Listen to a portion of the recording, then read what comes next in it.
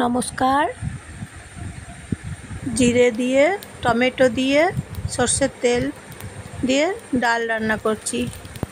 গোটা জিরে ফোড়ন দিলাম, সর্ষের তেল গরম করে নিলাম, মুসুরির ডাল কড়াইয়ে দিলাম, একটা টমেটো দিয়েছি, 3টে লঙ্কা দিয়েছি, কাঁচা লঙ্কা, জল দিচ্ছি, গোলমরিচ গুঁড়ো দিচ্ছি,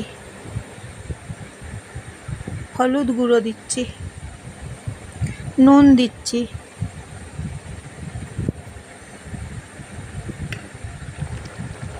টমেটো দিয়ে বেশ মজার রেসিপি মুসুরির ডাল রান্না করে নিচ্ছি। টমেটো দিয়ে ডাল খেতে দেখবেন খুব ভালো লাগে।